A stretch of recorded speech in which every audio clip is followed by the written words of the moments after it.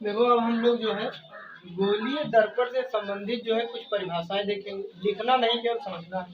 देखो गोलीय दर्पण से संबंधित परिभाषा, गोलीय दर्पण से संबंधित परिभाषाएं, संबंधित परिभाषाएं, ये केवल समझना है परिभाषाएं, क्योंकि या बोर्ड में नहीं पूछा जाएगा।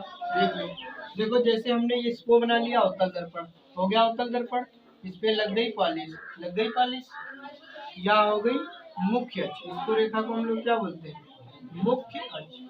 ये समझना बहुत जरूरी है कि कौन अगर पूछ जाए मुख्य अक्ष कौन है, मेन एक्सिस, इसको कहते हैं मेन एक्सिस, मेन एक्सिस मुख्य अक्ष हो गया। ठीक, मुख्य अक्ष हो गया।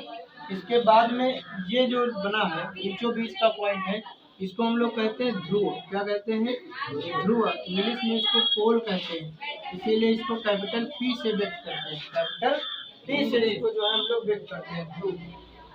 समझे, इसको याद रखना। ये मुख्य अक्ष हो गया, ये हो गया ध्रुव।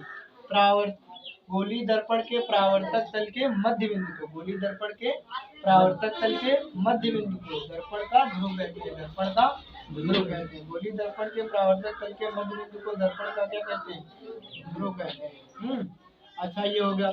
ये तुम्हारा क्या है, फोकस है। ये क्या है, जो मुख्य अक्ष के समांतर प्रकाश किरणें आएंगी, ये मुख्य अक्ष है, इसके समांतर जो आएंगी वो वापिस टकरा करके कहाँ से जाएंगी, मुख्य फोकस से।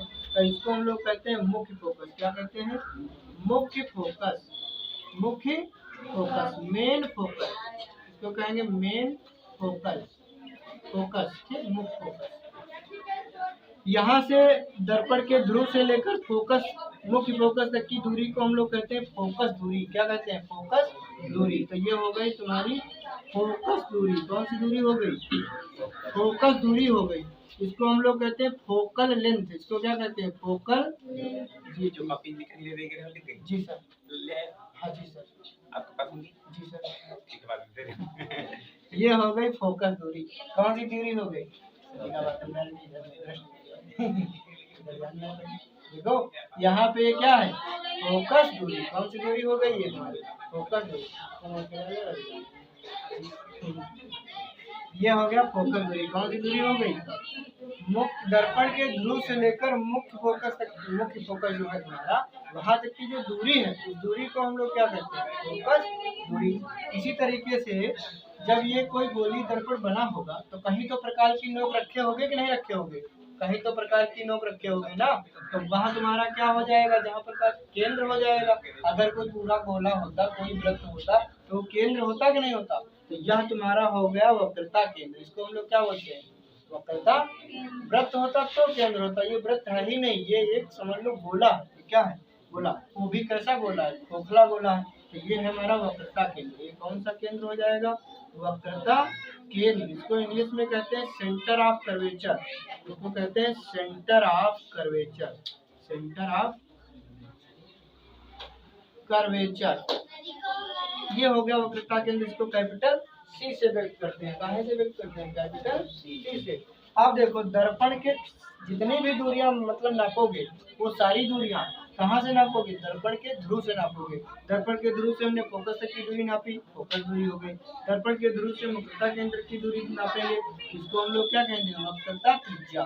जैसे इसको हमने क्या कहा था, फोकस दूरी। ये हमारी क्या है, वक्रता केंद्र है, तो वक्रता त्रिज्या।